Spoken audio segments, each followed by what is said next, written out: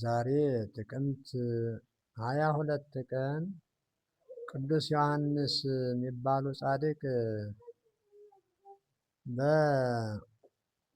በሰሜን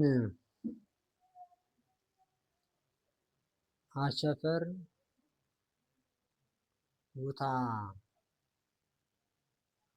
ቀበሌ የሚገኝ ታላቅ ገዳም አለ።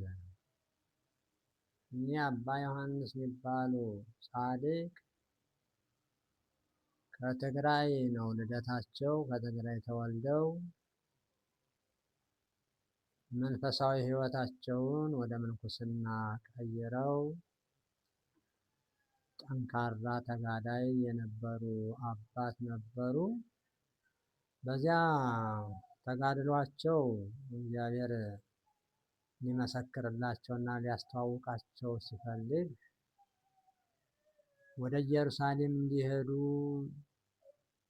አደረጋቸው። ኢየሩሳሌም ሄደው የጌታችንን የልደቱን ቦታ፣ የጥምቀቱን ቦታ፣ መቃብሩን ቦታ ተሳልመው ሊመለሱ ሲሉ 3 ታቦታትን ወስደህ ለኢትዮጵያ የድህነት የሕይወት ታቦቶችን ትወስዳለህ ብለው ለአንድ አባት ሲያስጠብቋቸው የነበሩ ታቦታትን ለእኒህ አባት ተሳልመው ሲመጡ እኛኛው አባት በመንፈስ ቅዱስ አውቀዋቸው አንተን እኮ 500 ዘመን እየጠበቁህ ያለሁ ልጅ ነህ። እኚህን ታቦቶች ወስደህ ለኢትዮጵያ መድኃኒት ይሆናሉና ወስደህ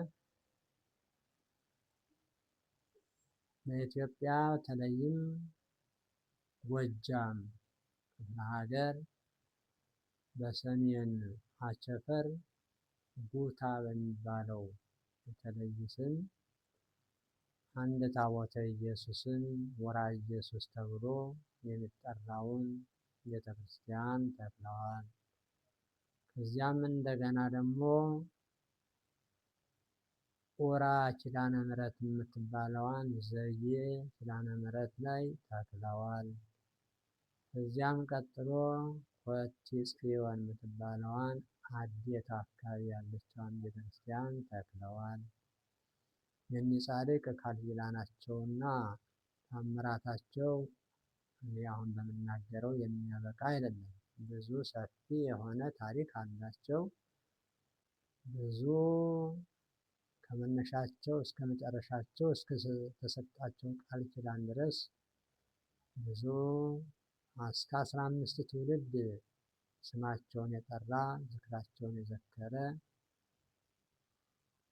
ገድላቸውን የጻፈ ያጻፈ ያነበበ የተረጎመ እስከ 15 ትውልድ ድረስ እግዚአብሔር ይቅር እንደሚል ቃል ኪዳን የሰጣቸው አባት በአካባቢያችን የሚገኝ ወራ ኢየሱስ የሚባል ገዳም አላቸውና ከዚያ ላይ የሚደርስ ዓመታዊ ቃለ እግዚአብሔር አላቸው። ጸናጽሉ የተለየ ነው። ጉሮሮው የተለየ ነው።